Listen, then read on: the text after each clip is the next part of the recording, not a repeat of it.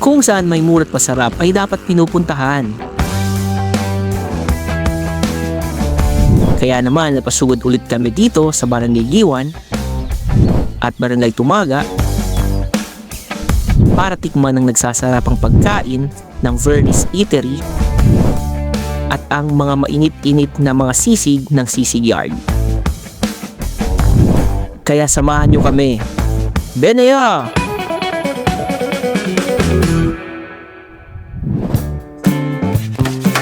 From classic favorites to new discoveries, tikman natin ang mga nagsasarapang street food dito sa Zamboanga City.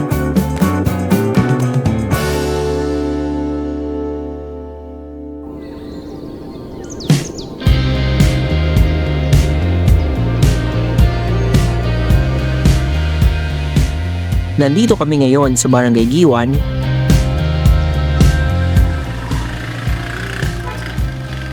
at first stop,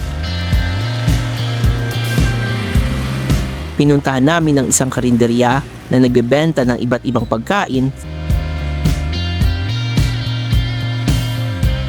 na pasok sa ating mga budget.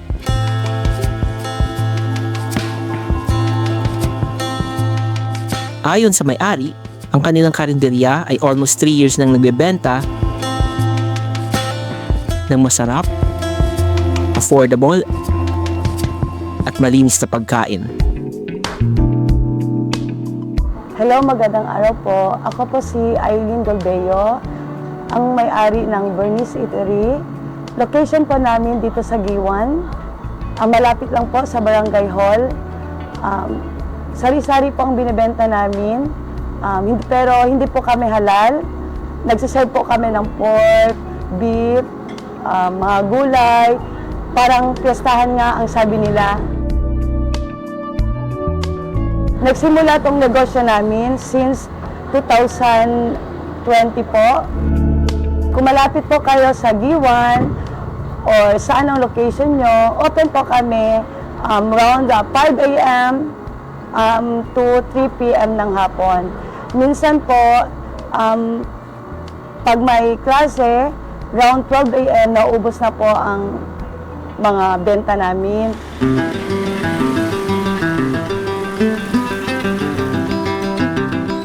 Hello everyone! Welcome sa panibagong video ng Sambo Eats.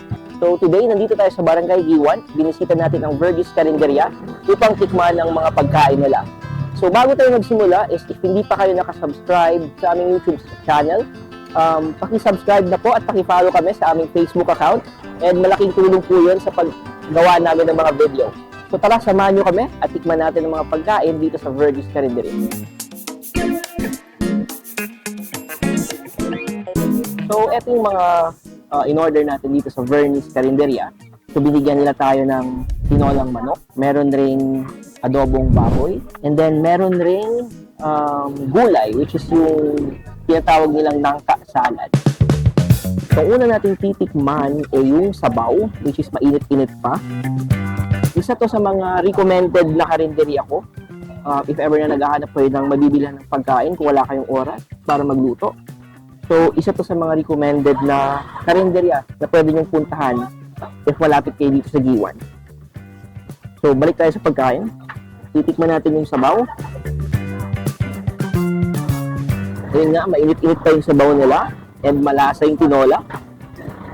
So, maglalagay tayo ng konting sabaw sa kanin. Then, first bite.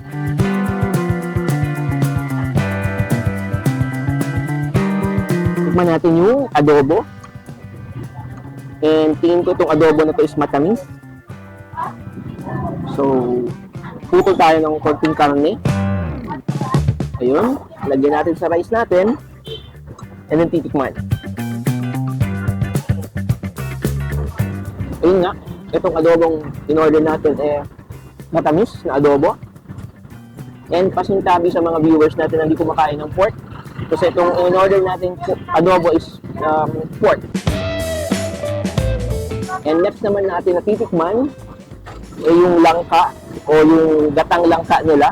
Ang tawag nila dito is yung salad na langka.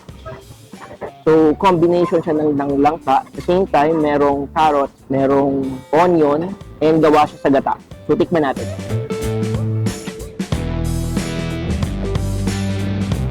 Masarap yung gulay. Lasang-lasa mo yung acidity ng suka na nilagay. So, may halong suka siya. At the same time, may gata. And kuha pa tayo.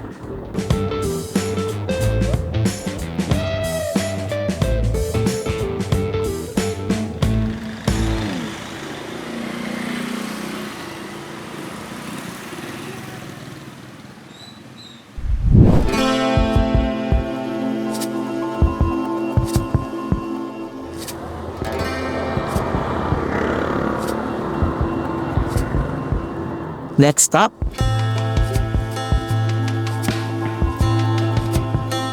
nandito kami ngayon sa Barangay Tumaga at napadaan kami sa isang tindahan na nagbebenta ng iba't ibang klase ng sisig. Kaya samahan nyo kami at tikman ang mga nagsasarapang sisig ng Sisig Yard. Hello, good evening everyone. My name is Shinaway Romero. Ang store po namin is Sisig Yard. We are open from 3 to 11 p.m.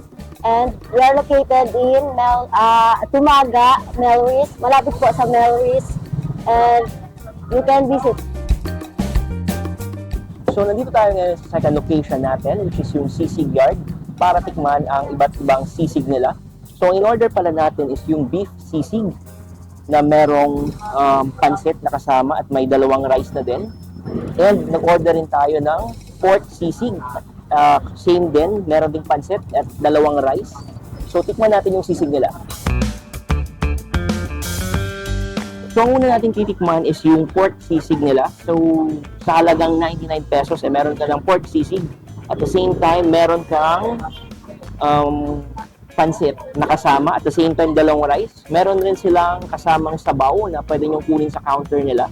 And sabi nung nagbebenta is yung sabaw nila is made out of pork o pork soup. So, pasintabi sa mga viewers natin na hindi kumakain ng pork. So, ang una natin gagawin is lalagyan natin ng kalamansi yung sisig. As we all know, masarap yung sisig pag may kalamansi. Then, halu-haluin natin.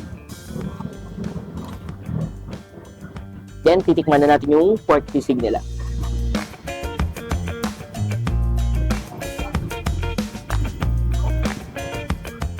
So, first bite. Medyo maanghang yung sisig nila. And then, lasang-lasa mo yung kalamansi na nilagay kanina. And napaka-crispy ng pork sisig nila. So, tinikman natin yung beef sisig.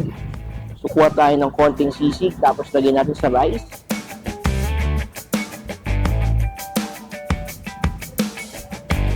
Napaka-tender yung beef nila. And lasang-lasa mo yung beef sa beef patty.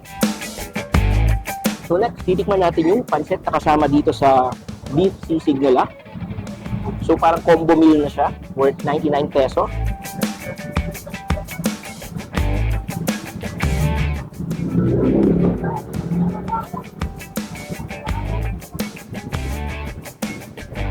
So, okay din palang combination yung sisig at saka yung pancit. So, tikman din natin at this time with rice.